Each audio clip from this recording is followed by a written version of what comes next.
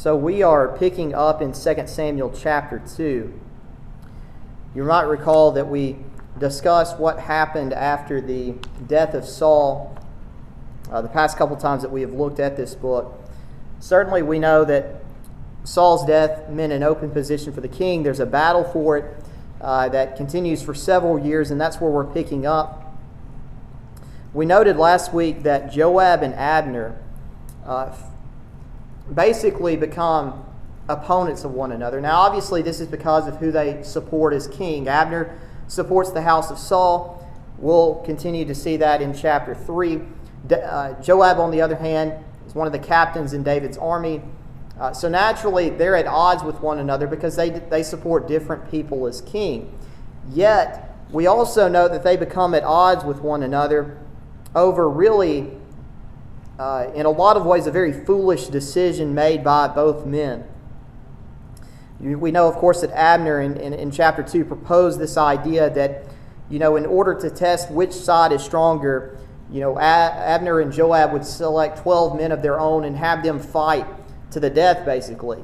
And we know that the outcome of that, as the text indicates to us, is that all men, each, I believe verse 16, again, they caught everyone his fellow by the head and thrust his sword in his fellow's side. So ultimately, they didn't come to a conclusion about it, and 24 men at this point have died. And naturally, there's a battle that takes place. Abner is defeated pretty soundly. We'll note the conclusion of that this morning. And Abner goes on the run. And one of David's nephews, who's the brother of Joab, pursues after Abner. Right? And which individual was that? Asahel, right? He goes and he pursues after Abner, right? We talked about how, Asahel is so focused on pursuing and capturing and potentially killing Abner. He doesn't take into consideration the fact that perhaps Abner's a better fighter than him, which Abner gave him that warning, and we know what happens. Asahel winds up being killed by Abner. And Asahel was a very notable case here of what happens when you cannot control your own desires, at least. Asahel was completely focused on his desires. It kept him from thinking very clearly, and it ends in his death. You remember we talked about how this bad decision here, at least on the part of Abner and potentially Joab as well, is going to lead to a lot more bloodshed. And that's what we see come to fruition at the end of chapter 2 and into the beginning of chapter 3. So now we pick up with 2 Samuel chapter 2, verse 24.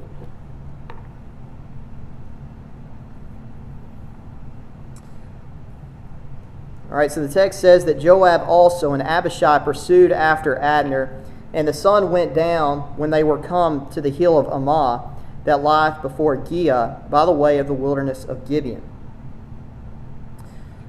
So let's point out the geography here. There we go. All right, so you notice here that they come to the hill of Ammah, which lies before Giah. Archaeologists are not exactly sure where this is, but we do have a general idea of where the wilderness of Gibeon is. And on this map, sit down for a minute. You can see this laser pointer. You notice that the city of Gibeon is right there in the tribe of Benjamin. So the wilderness of Gibeon would just basically be the area outside of Gibeon. Now, you might recall that Abner and his men are on the run. So there's a natural reason why they would flee to the territory of Benjamin, as we see in verse 25, because that is where Saul was from. That's where Saul's house is from. So the people that support Saul and his descendants the most would have been there in Benjamin. So it makes sense to pursue back, or to flee back to friendly territory. But Joab continues to pursue after him. Notice verse 24, the dedication again, right? Joab also and Abishai pursued after Abner, and the sun went down when they were come to where Abner and his men are. Notice that they continue this pursuit until the into the night. And certainly this is it gives us a time at least about how long at least that entire day they were searching, but it also shows the same desire to try to catch up with Abner and his men. Now, you might think to yourself, why does Joab and Abishai continue to pursue after Abner when it resulted for Asahel in his death? Well, naturally, these are two individuals that want vengeance for their brother. You remember, though, that, and it's important in verse 18, right? And that's part of the reason why that specific point was given to us, that Asahel was as light of foot as a wild deer, or he was a very fast runner. So the picture is, at least Asahel and maybe some of his men, they outrun Joab and Abishai. They're able to catch up with Abner, and Abner ultimately kills Asahel. So, you might could picture in your mind that Joab and Abishai eventually got to the point where Asahel died. They see that their brother has died. Perhaps that's what motivates them to continue to pursue after Abner, even well into the night.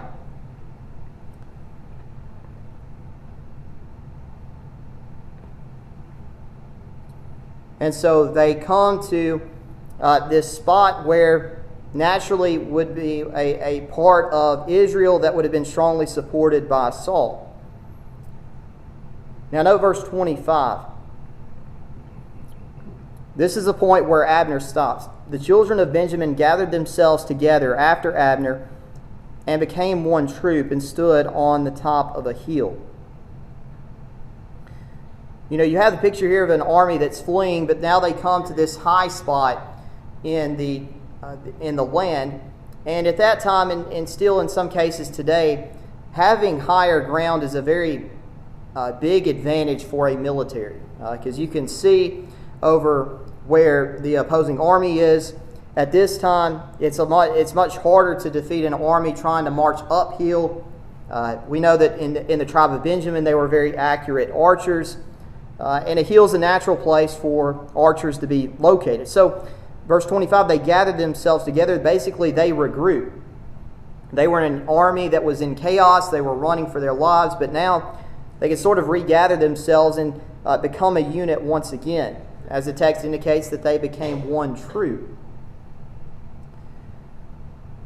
Also, too, and this is important, why I brought up the fact that this is located in Gibeon. This also provides an opportunity for other men of Benjamin to come to the support of Abner and the house of Saul, because they're located in the tribe of Benjamin. So perhaps other men in the tribe come to support Abner, and so it makes sense why they stood on top of the hill. They stayed there. But now Abner and Joab talk to one another about the circumstances and the events that have happened. So verse 26, Abner calls to Joab and said, "Shall the sword devour forever? Knowest thou not that it will be bitterness in the latter end? How long shall it be then ere thou bid the people return from following their brethren?" So Abner puts a very compelling argument here. Right? How long shall the sword devour forever? How long will this keep on going? And he brings up the point that at the end of the day, this is only going to accomplish bitterness or sorrow. How long shall it be then ere thou bid the people return from following their brethren? In other words, Joab is being told by Abner, right, nothing good is going to come from you continuing to pursue after us. Now perhaps Joab and Abishai, they want revenge. They want to be able to go back to David and talk about victory. But Abner brings up a very good point, that at the end of the day, this will not accomplish a whole lot of good. Because as he notes, that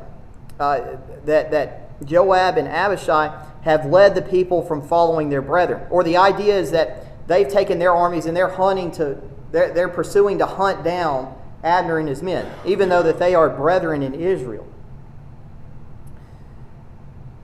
In Jeremiah 46 verse 10, Jeremiah actually uses this same wording, or at least this same picture, to talk about how God would take out vengeance on the Egyptians. I want you to look at that passage for a moment. In Jeremiah chapter 46 and verse 10.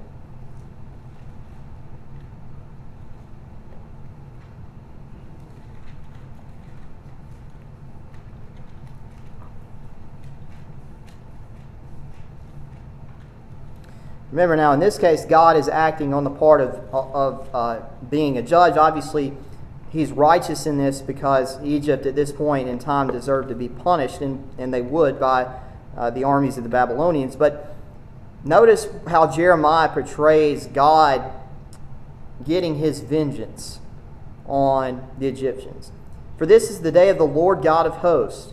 That's a military term, a military reference for God. A day of vengeance, that He may avenge him of his adversaries, and the sword shall devour, and it shall be satiate and made drunk with their blood. For the Lord God of hosts hath a sacrifice in the north country by the river Euphrates. Notice how that picture is described here. The sword shall devour. But it's a little bit more, there's a lot more imagery here, that it shall be satiate, or well-filled, it shall be made drunk with their blood. A lot of bloodshed is pictured here by the idea of the sword devouring a group of people. And that's what Abner is getting at here. If Joab and Abishai allow the sword to continue to devour, it's not just going to result in the death of Abner and maybe his men, but this war is going to continue on. And that's exactly what's going to happen in chapter 3. But Abner's point is well put. You know, Joab, think about the end results of this.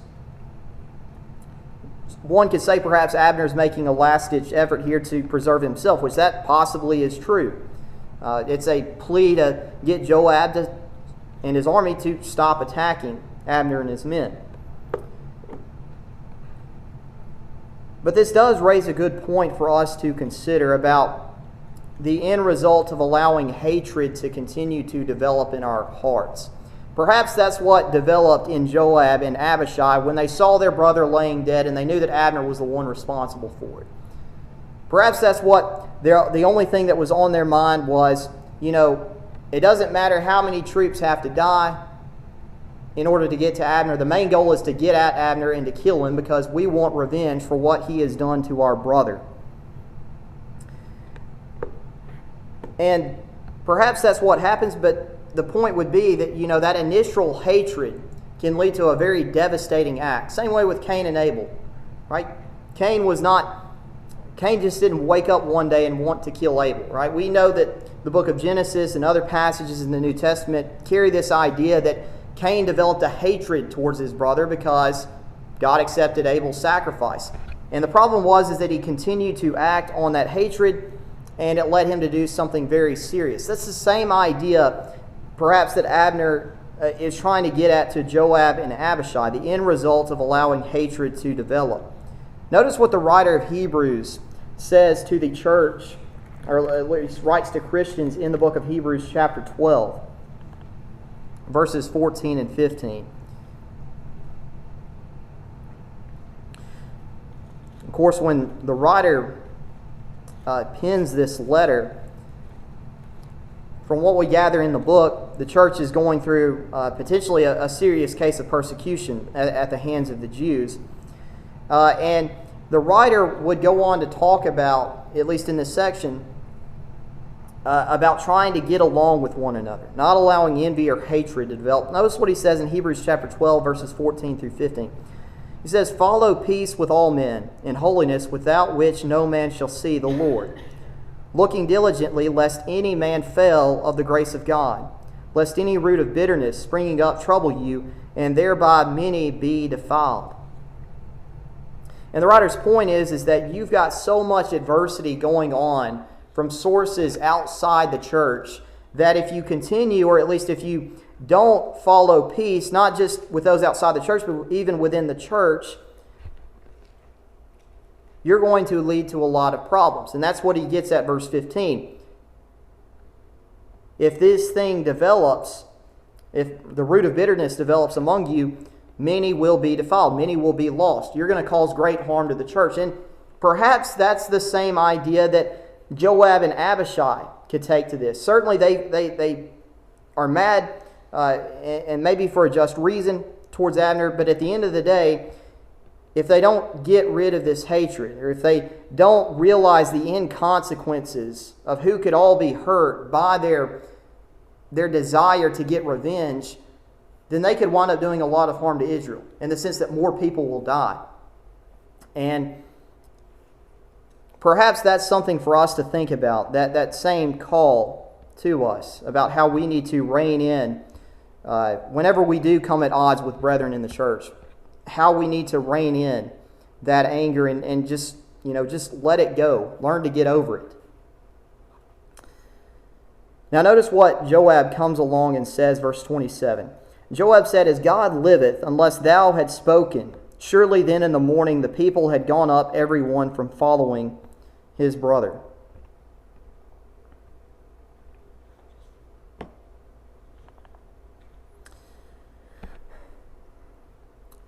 Again, we've mentioned this before, but in verse 27, when Joab opens up and says, "As God liveth," that was a way of making an oath, invoking the name of God. But it's sort of funny what Joab says here, because it's often something that you hear when you see two kids fight. One kid may, sort of hit or get on the nerves of the other, and the other kid will push them around, right? And both kids will get in trouble, but the one kid that was initially annoyed or was initially punched will say, "Well, he started it. It's his fault." You almost have that same sense about here, verse 27. Joab saying the same thing, right? "Unless thou had spoken." Or in other words, if you had not initially called out with that competition to challenge our men, none of this would have been a problem. Joab is saying, "Abner, this is your fault." But we know, of course, that Joab could have easily declined that.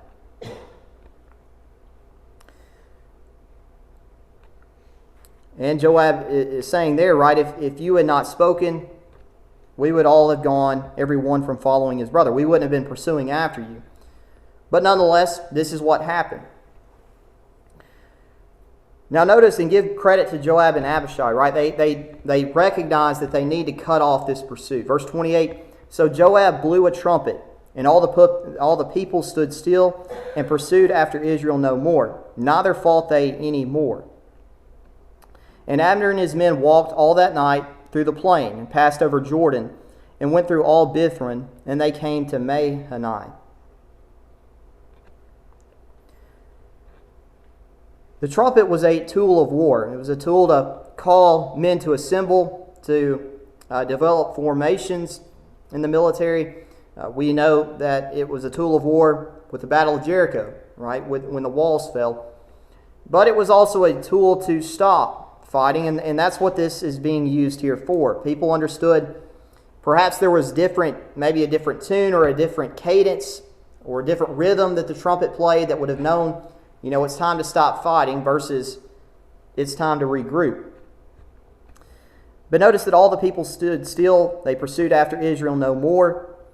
This would be a reference here to the people of Judah, right? Because those in Judah support David. The rest of Israel basically supports Saul.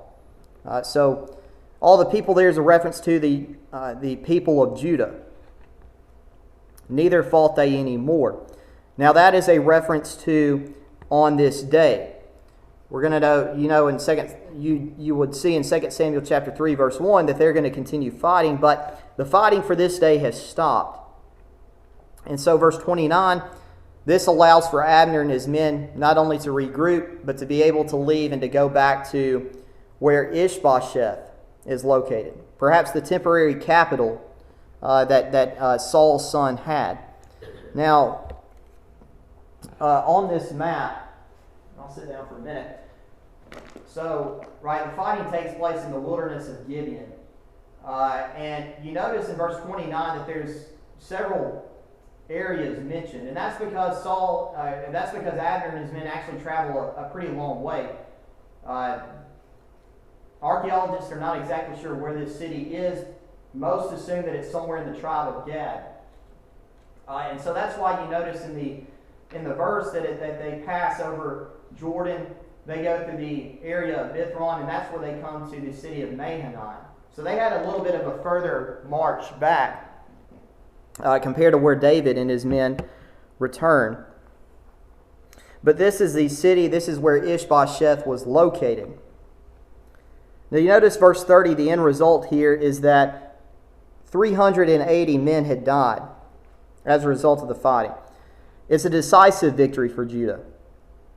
Right? Joab returned from following Abner, and when he had gathered all the people together, there lacked of David's servants 19 men in Asahel. So about 20 men in total. Now, keep in mind that 12 of Joab's men died in that initial competition. So, if our math is correct, that would perhaps mean that only 8 men died in the pursuit of Abner's men. But now note verse 31. The servants of David had smitten of Benjamin and of Abner's men, so that 360 men died, or 360. So a lot more casualties on the side of Abner and his men. It shows that David has had a decisive victory. And then in verse 32, they take up Asahel and buried him in the sepulchre of his father, which was in Bethlehem. You remember we talked about in verse 23 that where Asahel died became a place of recognition, or when people came by the place, they stood still out of respect for David's nephew Asahel. But now notice in verse 32, they go and they bury him. And the day that they bury Asahel, they go to the city of Hebron, which is where David's capital was at the time.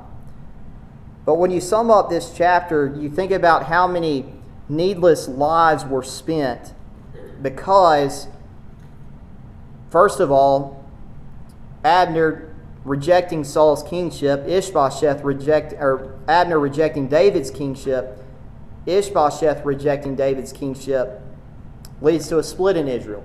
You think about how many needless lives were lost because of the competition between Abner and Joab, when they could have just simply, gone their separate ways, had felt inclined to participate in this challenge. You think about how many lives could have been saved. Israelite lives could have been saved if perhaps cooler heads had prevailed in this situation. But that's sort of how 2 Samuel 2 sums up. There's a challenge to David that results in a lot of Israelites being killed.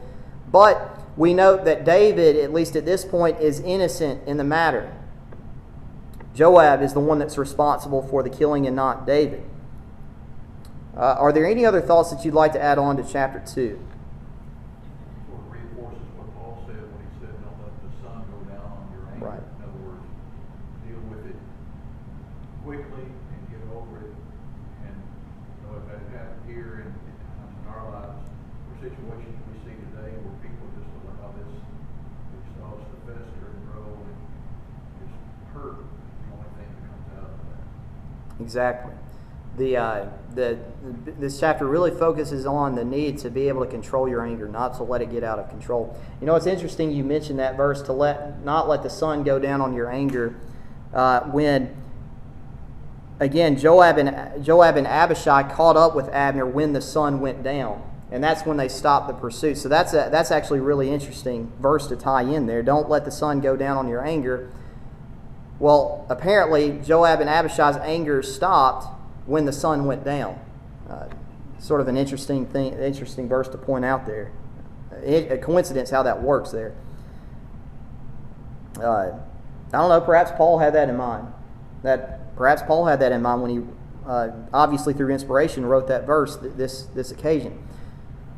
Anyways, though, while the fighting stops today, or at least on that day, Chapter 3 notes that this war, or that this conflict continues on. And I've got this section, and we could say that 24 through 32 is sort of an introduction because of how badly Abner and his men are defeated. But I've got this section entitled Diverging Houses, because the comparison in this section is about how the house of David grows stronger while the house of Saul becomes weaker. So 2 Samuel 3 verse 1, now there was long war between the house of Saul and the house of David. But David grew stronger and stronger, and the house of Saul grew weaker and weaker. So this hostility, it obviously connects to battle, but it also connects to the fact that neither king would recognize one another as the official king of Israel. Abner and Ishbosheth challenged David. David knows that the kingdom belongs to him. He's not willing to relent as well because God has appointed him as king. Saul's house is going to be plagued by internal divisions, as we will see next week.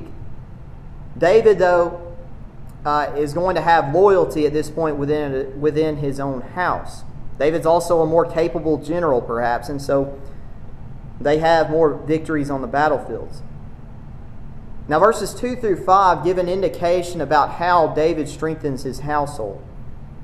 Verse 2, it says that unto David were sons born in Hebron, and his firstborn was Amnon of Ahinoam the Jezreelitess, and his second Chileab of Abigail the wife of Nabal the Carmelite, and the third Absalom the son of Maacah, and the daughter of Talmai king of Geshur, and the fourth Adonijah the son of Haggith, and the fifth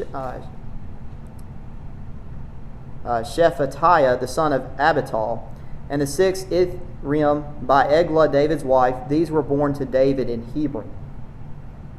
Now there are a lot of names here. Some of these sons we come back to later on in the book.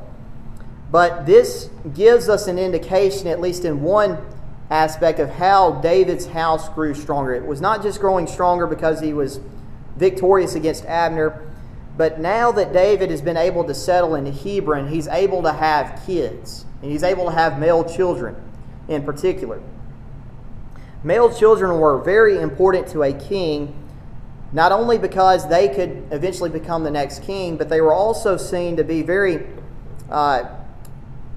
important within the family. Some kings would use their sons to become generals in the army. If you might recall, Jonathan was a very capable archer, as was stated. He was a very important part in Saul's army. We talked about in 1 Samuel how Jonathan had helped lead Israel to victories.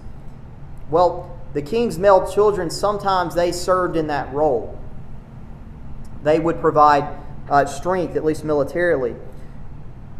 In a lot of occasions, there was nobody that was more loyal to the king than his own sons.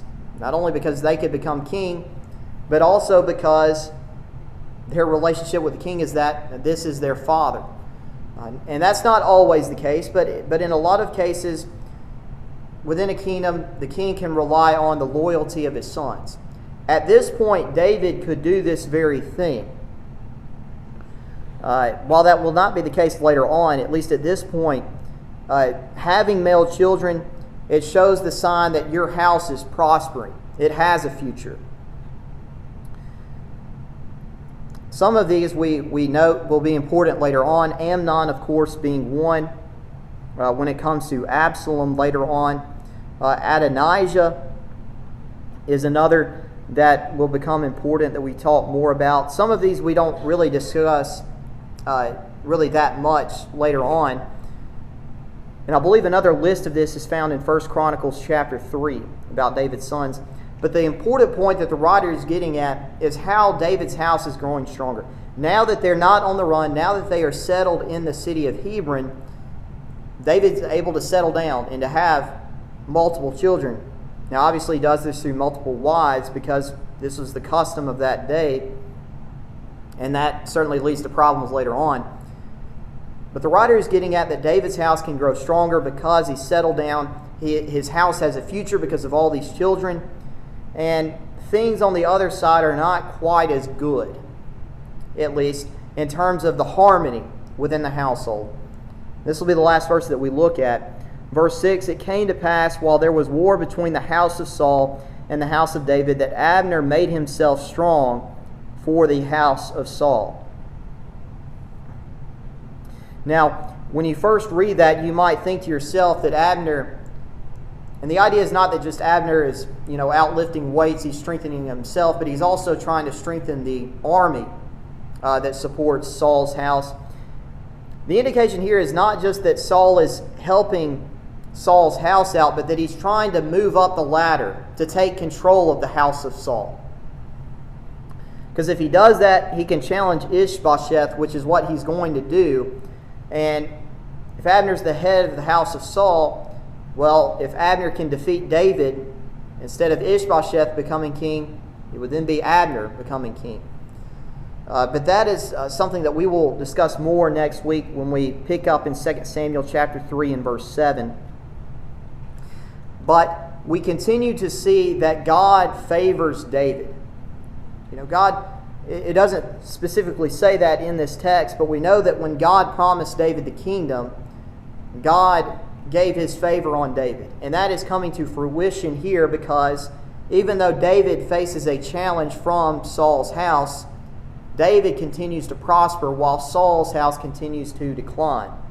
Because this is part of that punishment that was given to Saul because of his disobedience to God in 1 Samuel. With that being said, are there any comments or anything that you would like to add on to what we have talked about this morning?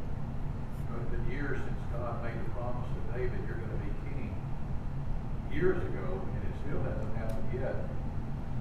Like us, David didn't become impatient and try to handle things his way. He just patiently kept being a servant of God and doing the will of God, waiting, knowing that God would eventually fulfill that promise. Absolutely. And that's a good thought to keep in mind about the things that we pray for. Sometimes it may take a while for those things to come to pass, but that's because God can fulfill promises in His own time. And David's continued devotion to God pays off because of what is happening at this point in the book of 2 Samuel. But we'll pick up in chapter 3, verse 7 next week. Again, thank you for your time and your attention this morning.